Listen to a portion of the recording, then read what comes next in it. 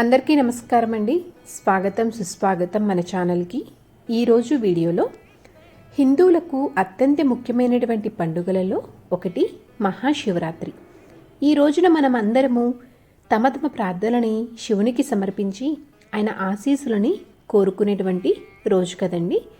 ఈ 2024 సంవత్సరము మార్చి 8వ తారీఖు శుక్రవారం రోజున మహాశివరాత్రి సందర్భంగా ఈ రోజున మహాశివరాత్రికి పూజ చేసుకోవడానికి అవసరమైనటువంటి సామాగ్రి ఏమిటో తెలియచేయడానికి మేము ముందుకు వచ్చేసానండి. వీడియోని స్కిప్ చేయకుండా చూడండి, అప్పుడే మీకు పూర్తి సమాచారం అనేది క్లియర్గా అర్థమవుతుంది.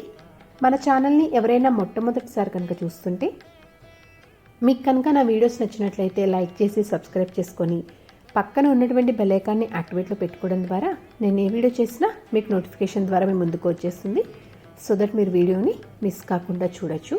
సో ఇంకా ఆలస్యం చేయకుండా మహాశివరాత్రికి అవసరమైనటువంటి పూజా సామాగ్రి ఏమిటో తెలుసుకుందాము. శివలింగము లేదా పంచధాతువులతో చేసినటువంటి విగ్రహము లేదా శివుని చిత్రపటము.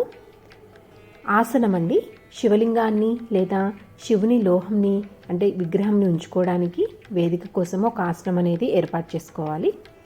అలాగే కూర్చోవడానికి చాప, దీపం కుందులు, అలాగే వత్తులు, దీపం కోసము నువ్వుల నూనె కానీ లేదా నెయ్యిని కానీ ఉపయోగించాలి. అలాగే పంచామృతాలండి అభిషేకం కోసము గంగాజలము, నీరు, తేనె, నెయ్యి, పాలు మరియు పెరుగు. మీరు శివలింగాన్ని లేదా శివుని విగ్రహాన్ని ఉపయోగిస్తుంటే కనుక మాత్రమే అభిషేకం అనేది చేయవచ్చండి. మామూలుగా చిత్రపటం అలా పెట్టుకుంటే అభిషేకం కాకుండా మామూలుగా పూజ అనేది చేసుకుంటే సరిపోతుంది. అలాగే రాగి చెంబు, అలాగే 3 అస్సలు ఉపయోగించకుండా ఉన్నటువంటి వస్త్రాలండి. ప్రధానంగా తెలుపు తీసుకుంటే మంచిది. ఒకటి ఆసనంకి, అలాగే ఇంకొకటి శివుడికి వస్త్రం సమర్పించడం కోసము, మరియు చివరిది అభిషేకం తర్వాత విగ్రహంని తుడవడం కోసము. పూలమాలలు, తమలపాకులు కూడా సిద్ధం చేసుకోండి.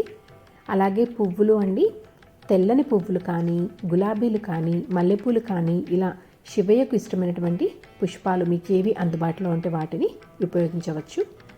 అలాగే పండ్లండి, 5 లేదా అంతకంటే ఎక్కువ తీసుకోవచ్చు, లేదా మీరు ఒక్క పండునైనా కూడా సమర్పించవచ్చు. మీకు ఎన్ని అందుబాటులో ఉంటే అన్ని పండ్లని సమర్పించవచ్చు. అన్నీ ఏం లేదండి. అలాగే బిల్వపత్రాలు అర్చన కోసము. ఇది చాలా ముఖ్యమైనదండి. సమర్పణలలో ఇది చాలా ముఖ్యమైనది. తప్పకుండా సిద్ధం చేసుకోండి బిల్వపత్రాలను కూడా.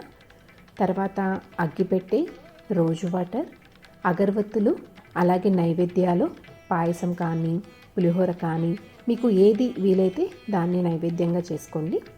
అలాగే హారతికి కర్పూరము, గంధము, కొబ్బరికాయ, అలాగే పూజ కోసము మరియు ఆచమనీయం చేయడం కోసము పంచపాత్ర, వెండి కానీ ఇత్తడి కానీ లేదా రాగి కానీ తీసుకోండి. డ్రై ఫ్రూట్స్ అండి, ఎండిన ఖర్జూరాలు మరియు ఇతర డ్రై ఫ్రూట్స్ మీకు ఏవి అందుబాటులో ఉంటే వాటిని తీసుకోవచ్చు. అలాగే విభూతి అండి, తప్పకుండా విభూతిని కూడా సిద్ధం చేసుకోండి. గంట, అలాగే పూజ ప్రదేశాన్ని శుభ్రపరచుకోవడం కోసం గంగాజలము, అలాగే వివిధ పనుల కోసము నీరు తీసుకోండి. అన్ని నైవేద్యాలని ఏర్పాటు చేసి పెట్టుకోవడానికి ట్రేలను తీసుకొని సిద్ధం చేసుకొని ఉంచుకోవాలి. అక్షింతలు, పసుపు, కుంకుమ, బియ్యపిండి అండి. ఈ రోజున పిండి దీపారాధన చేస్తే చాలా మంచిది, అందుకోసం బియ్యపిండిని కూడా సిద్ధం చేసుకోండి. రుద్రాక్షలండి, రుద్రాక్ష దీపం కోసము, అలాగే రుద్రాక్ష అభిషేకం చేస్తే దానికోసం కూడా మీకు అందుబాటులో ఉంటే కనుక రుద్రాక్షల్ని కూడా తీసుకోండి. అలాగే ఉసిరికాయలండి, ఈ రోజున ఉసిరి దీపం పెడితే చాలా మంచిది, అందుకని ఉసిరికాయలు ఉంటే కూడా ఉసిరికాయలను కూడా తీసుకోండి. అలాగే వక్కలు, చిల్లర నాణాలు. సో చూసారు కదండి ఈరోజు వీడియో. శివరాత్రి పూజకి కావాల్సినటువంటి అత్యంత ముఖ్యమైనటువంటి సామాగ్రి ఏమిటో తెలుసుకున్నాం కదా. ఈ వీడియో మీకు తప్పకుండా ఉపయోగపడుతుందని అనుకుంటున్నాను, అలాగే మీకు నచ్చిందని అనుకుంటున్నాను. నా వీడియోస్ కనుక మీకు నచ్చినట్లయితే లైక్ చేసి ఫ్రెండ్స్ అండ్ ఫ్యామిలీ మెంబర్కి షేర్ చేసి మీ సపోర్ట్ అందిస్తారని ఆశిస్తున్నాను. ఇంకొక మంచి కంటెంట్ తోటి, ఇంకొక యూస్ఫుల్ వీడియో తోటి మిమ్మల్ని మళ్ళీ కలుస్తాను. అంతవరకు సెలవు. మరి సర్వేజన సుఖినో భవంతు.